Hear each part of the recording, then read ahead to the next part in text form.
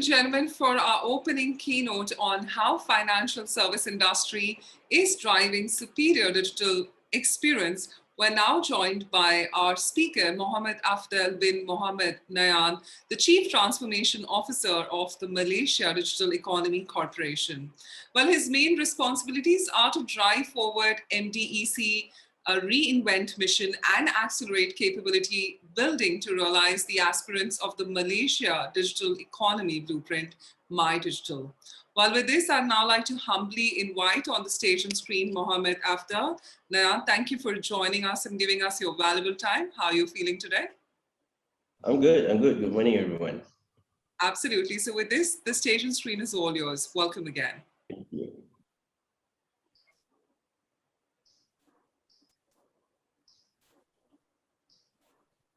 All right, I just want to confirm that everyone can see my screen. Yes, we can. Please Awesome. go. Thank you very much. And thank you for that introduction, Vavana. Hello and a very good morning, everyone. It's very, very nice for me to be here.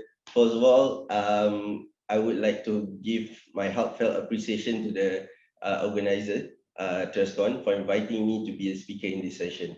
I think this is going to be an amazing conference, and I think a lot of people are going to benefit out of it.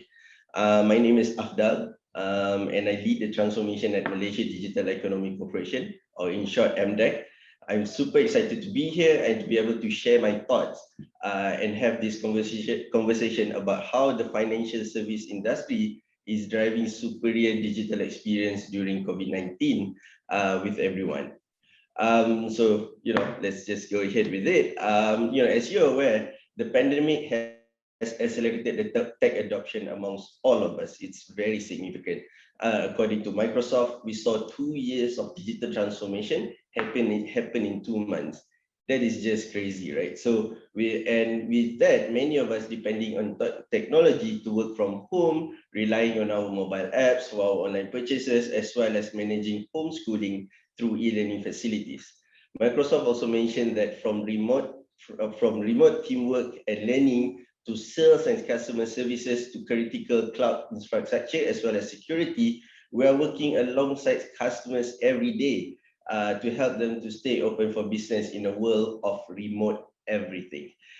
This resonates well with the banking industry or the financial services industry as they navigate and embrace change in order to future-proof their operations.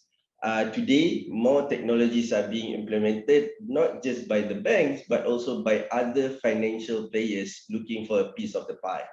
The adoption of fintech in the Malaysian financial ecosystem, for example, is enabling organizations to unlock more potential, especially in regards to catering to growing consumer demands. One of the most sought after sectors in industry is digital banking. I think everyone here is well aware of that. But just some facts, in the UK itself, around 40 million or 27% of adults have opened an account with digital-only bank in 2021. That means it's triple the amount of Britons that have a digital bank account compared to January 2019. That is just nuts. In Australia, 1 in 5 Australians, that's around 18%, also hold a digital bank or neobank account according to FinDet.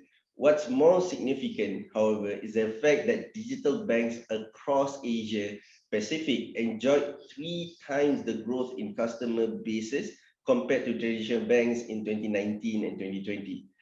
In Malaysia, the nation's central bank, Bank Negara Malaysia, recently closed application for digital banking licenses.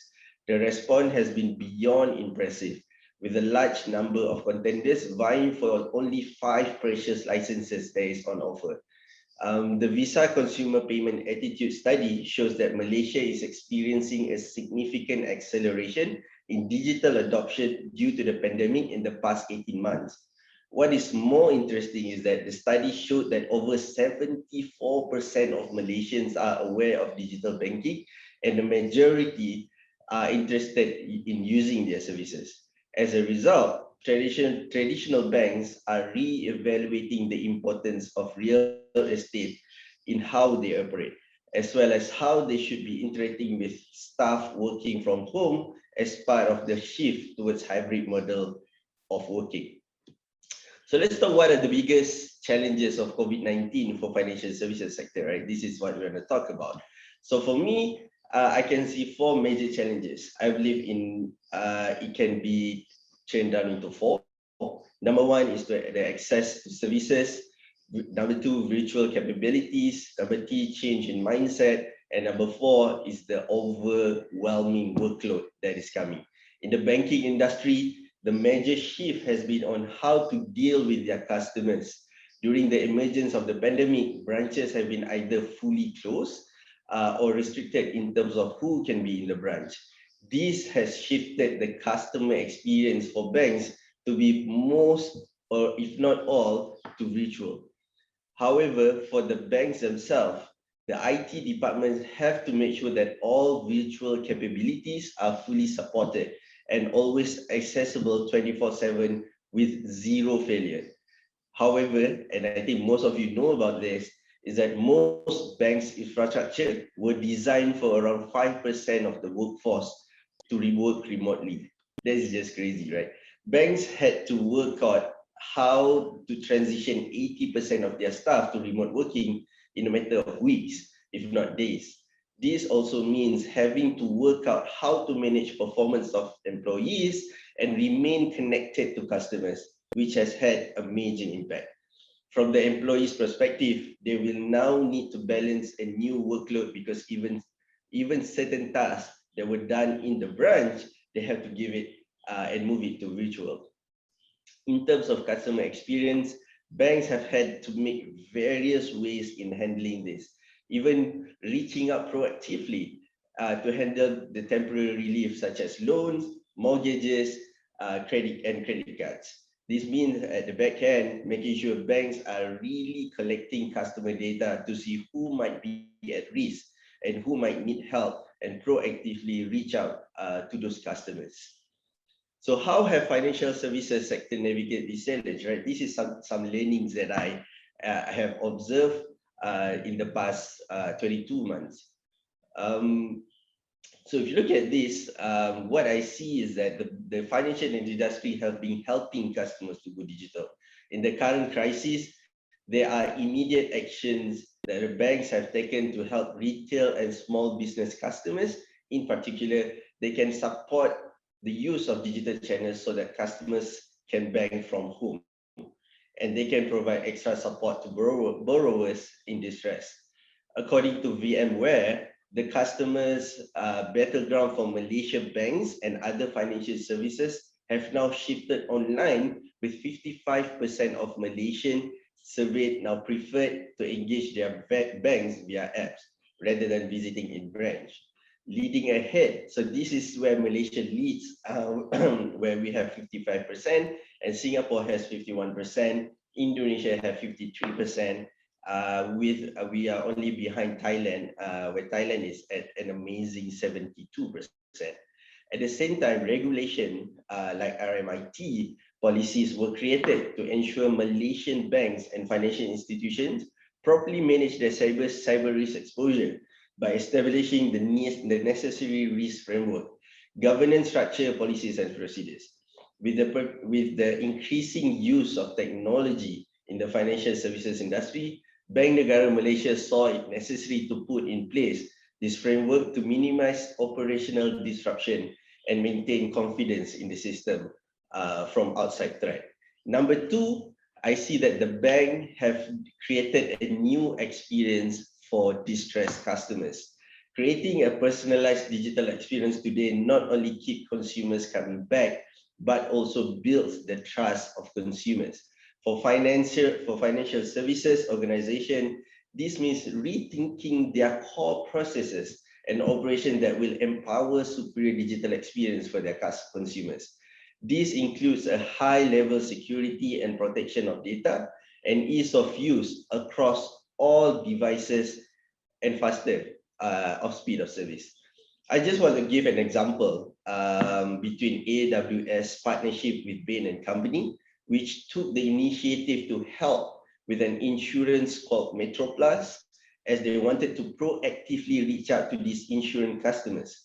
The plan was to reach out to around 85,000 members and just to say and checking in and see whether you're okay, right? If you're not able to leave your home and to get your blood pressure medicine or so on and so forth, how can we help you, right? AWS volunteered and built a chatbot for the insurance company and managed to reach out to around 54,000 members.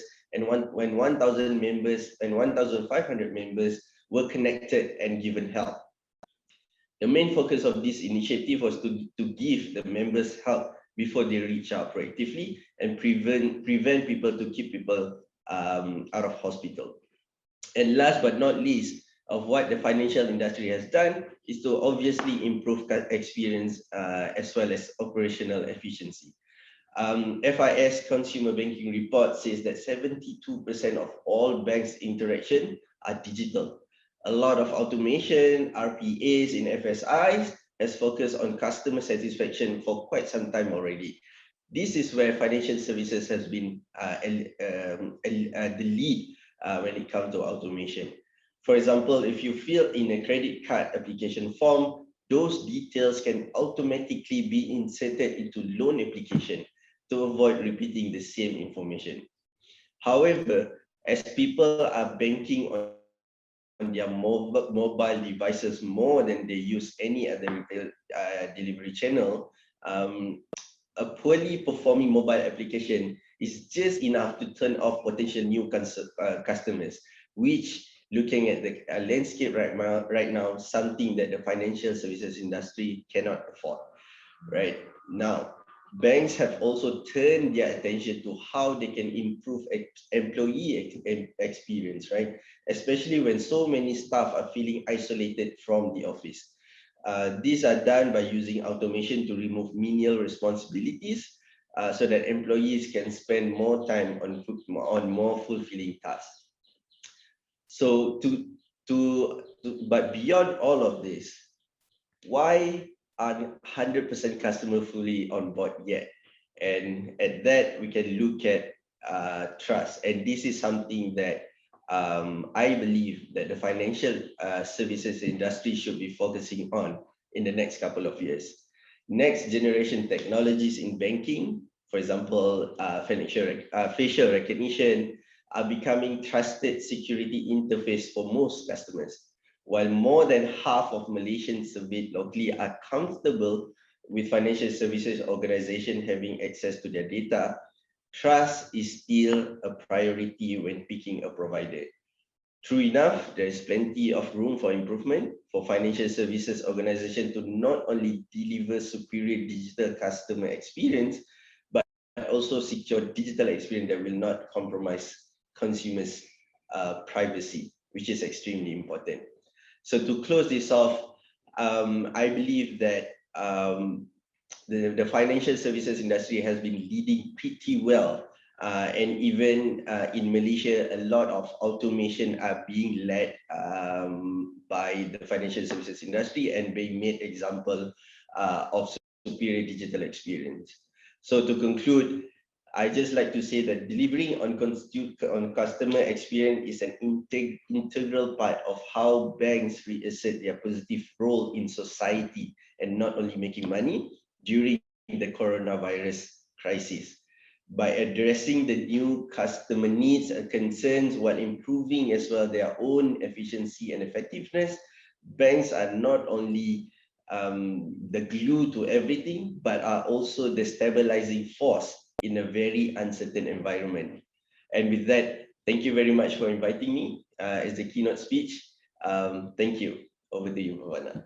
Thank you. Thank you so much, Mohammed Afdhal, for that wonderful opening keynote. And thank you for being a part of the World CX Summit, FSI. Thank you once again.